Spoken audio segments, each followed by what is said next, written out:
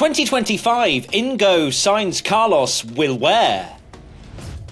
Tom Bellingham, you are here, we are here, we're in an off week, we're ready to talk about the man of the moment, Carlos Sainz, and I feel as though our opinions that we might have chefed previously for the 2025 grid might have shifted maybe slightly, because we are fully going to break down each team that there is a possibility that he will go to, and our ratings out of 10. So let's begin with Stake F1 Team Kick Sauber. I've given a 6 out of 10 of how likely I think this will happen. It's gone down a lot. I'm not saying it with my chest anymore. I'm sort of whispering it, if anything, mainly because I don't want him to go, at least for next year. For 2026, I think it still could happen, and I think if we were grading that, it would be higher. But I think in this interim year, there are better options out there, much better options.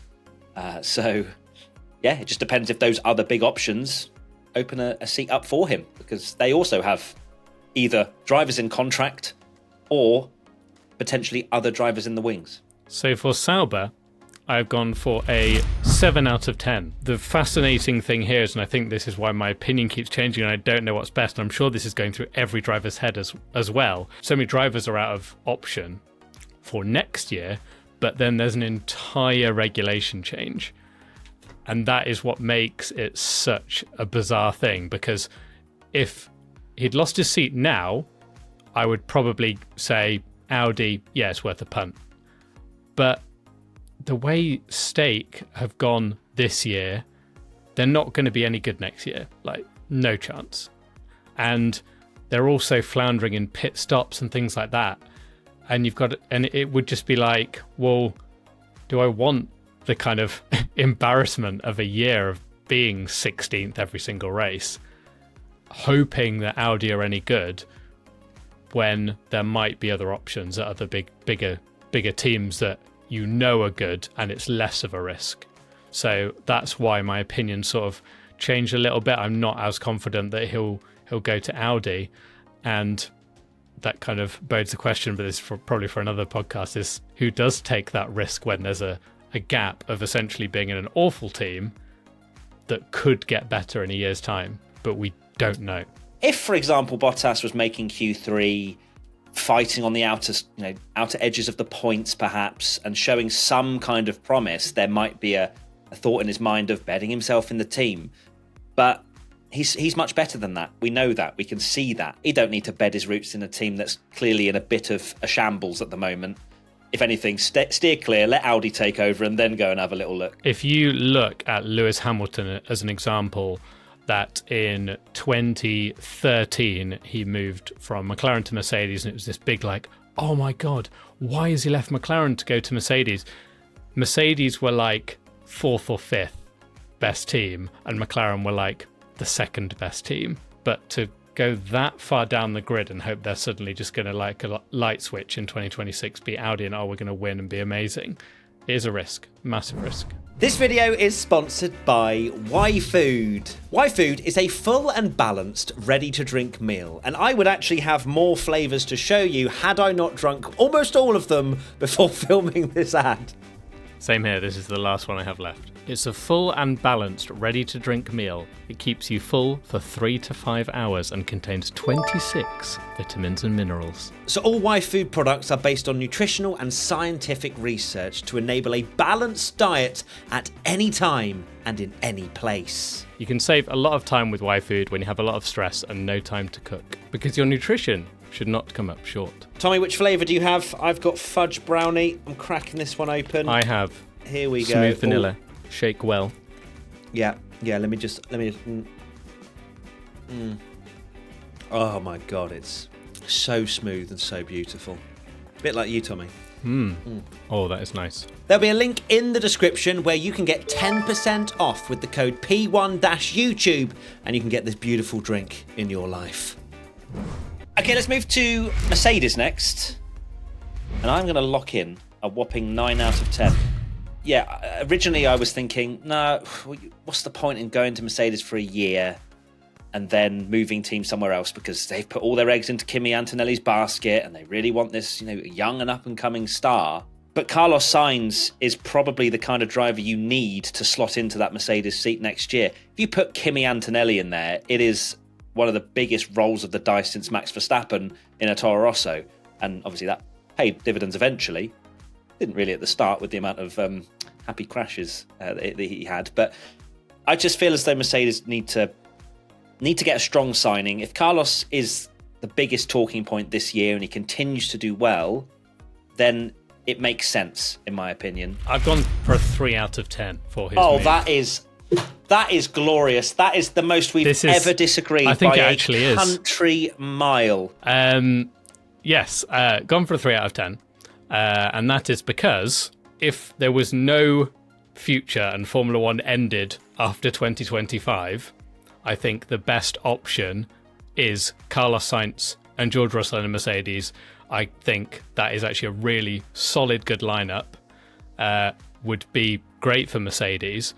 But like you say, they're obviously mentioning Kimi Antonelli a lot. It's very early stages. However, it's quite clear that Toto doesn't want to lose him like he did with Max Verstappen.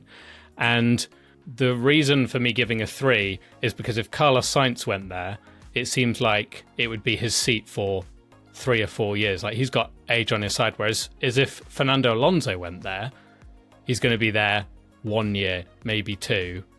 I know we joke that he's going to go forever, but, you know, Carlos Sainz could, in theory, have age on his side and stay for another 10 years, and then Kimi Antonelli doesn't have a seat. George Russell, you've got 2 drivers with youth on their side that can go for a very long time, and then they have that same problem they did with Max, where they've got no seat to put him in. He's too much of a quick fix, and I think he's an incredibly good quick fix for them, but it also creates that problem that Toto said that he had in the past.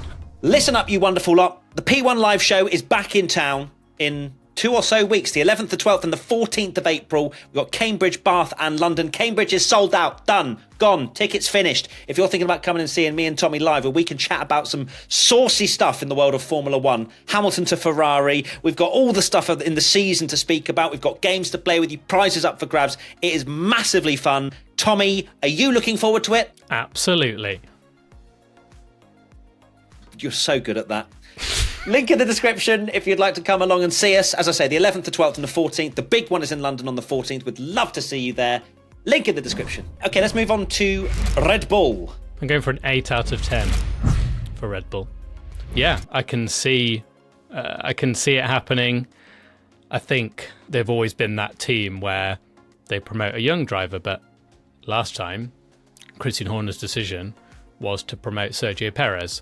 And someone outside the stable, and now I feel like it could happen again. Now, obviously, of course, it all relies on Sergio Perez and how he goes about it, but Red Bull are a brutal team, I guess, and the more I think about it, the more I could just see that Red Bull link working again.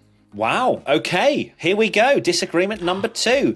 I've gone for a 4 out of 10 for Red Bull, mainly because Sergio has had a very good start to the year. I don't think Red Bull shakes everything up even more. They've got so much instability in the team at the moment.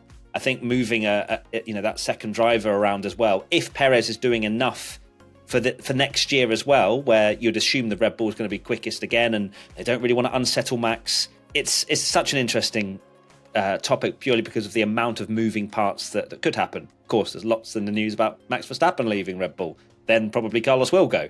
But if we're just talking about Max staying here and then that second seat, I think that Perez will perform enough. Judging from last year and what he did, and Red Bull were like, yeah, you can stay for another year. I think he will have a better overall year this year than last year, and therefore they keep him on for 2025. And then big changes maybe start to happen for 26 in the new regs. Okay, we move on now to Aston Martin. I'll go for a 2 out of 10. Just the fact that in case Fernando Alonso decides to retire, I don't think or it's... go to Merc. Yeah. Yeah, you might want to up that up. Oh, no. Actually, the more I think about it, the more... Yeah. Maybe a 4. Just because Aston Martin... Just pick a number, please. Okay, I've changed to a 4. And it's actually going up and up the more I think about it, because if Fernando Alonso retires, he will Yeah, he goes to Merc, retires, whatever. He's the perfect driver, actually, at Aston Martin, to put in a top driver. 11 out of 10. No, no, it's still a 4 because it relies on Fernando Alonso leaving. Lovely stuff. I also changed my mind aggressively when I realised that if Fernando leaves or goes to Merc, then that's the seat for Carlos. So I've gone for a 5 out of 10 due to that reasoning. I don't think for a second that Fernando will retire. I think that he'll be having his eyes set on that Merc seat. And again, it's about the moving parts. It's not whether Carlos would go to Aston, it's whether there's actually going to be a seat available. But, you know, Merc to Fernando, we've spoken about it before. Fernando to Merc even, not Merc to Fernando. I mean, Merc would have to come to Fernando. I reckon that's how the negotiations there's also happen. Talk of Alonso to Red Bull now as well. That's ramping up. It's just every driver is to every team pretty much at the top now. Let's just get into a little bit of a fantasy land right now. Fernando Alonso goes to Red Bull. What happens to you? I would absolutely love that Alonso would maybe get a couple of wins during the year, but I don't think Alonso would beat Max in the Red Bull. The ages, if you put them in their primes together, it's a different story. But say the Australian Grand Prix, for example, he'd be there winning the race, in my opinion, when Max is off the road. But wow, it would be something to behold. Tommy, I think you have the result of our poll ready to share with everyone. And before you do that, I feel like we've missed one thing, which I've seen a few people mutter, which is will he have a year out? Yeah, an option, I guess. And my grade for that is 0. Oh yeah, no 0. chance. He's got so much. I mean, we just saw it with the surgery. He loves Formula One more than life itself. He knows what it's like to be. It's all about musical chairs, right? But you have to be in the game in order to have the best chance of getting one of those chairs. So you don't. For me, it's 0. Yeah, 100%. You don't do what he did with his road to recovery to get back in that car and win the race. To be like, no, I could take a year out. He's driving better than he ever has, and I think if he did take a year out or didn't have a seat, I think Formula One might as well liquidate, because it's a massive problem if he can't get a seat and this whole sport is broken. Wow. Wowee. And also, I feel as though another team we should have included in this, because there's been so much ridiculous chatter about it, Ferrari. Are they regretting signing Lewis Hamilton, and they're going to tear up his contract and be like, no, Carlos, come back. We've made a mistake. I'm sorry. 0. Yeah, imagine they're like, just kidding, Lewis. I do find that very interesting that people are genuinely thinking that Ferrari are regretting signing Lewis Hamilton, which is absolutely bonkers. Right, Tommy, share the poll with us. Okay, so we've had 13,000 votes, 61% for Red Bull. Oh, 25% Mercedes, 8% Sauber, which is very low. That is very low. I think if you'd have asked that before the season and said Sauber, I think that's probably looking at more like 30-40%, but it shows that if you're having 6 day-long pit stops and just floundering at the back, it's not looking good for them. Absolutely, and that pretty much sums up that podcast on Carlos Sainz and where he might go. Let us know on social media or in the YouTube comments, wherever you might be, where you think he's going to go and your reasons why. We'd love to hear them. Tommy, what are your final thoughts? My final thoughts are thank you for basically listening to 25 minutes of me and Matt pointless chat to discover that Carlos Sainz is actually going to Aston Martin, and it makes perfect sense. And Carlos Sainz to Aston Martin, here we go. Wow, amazing how you've changed your opinion on the internet, Tommy. That is wild. Get ready to be crucified. That is it. Thank you, everybody. Lots of love. See you soon. Bye. Bye.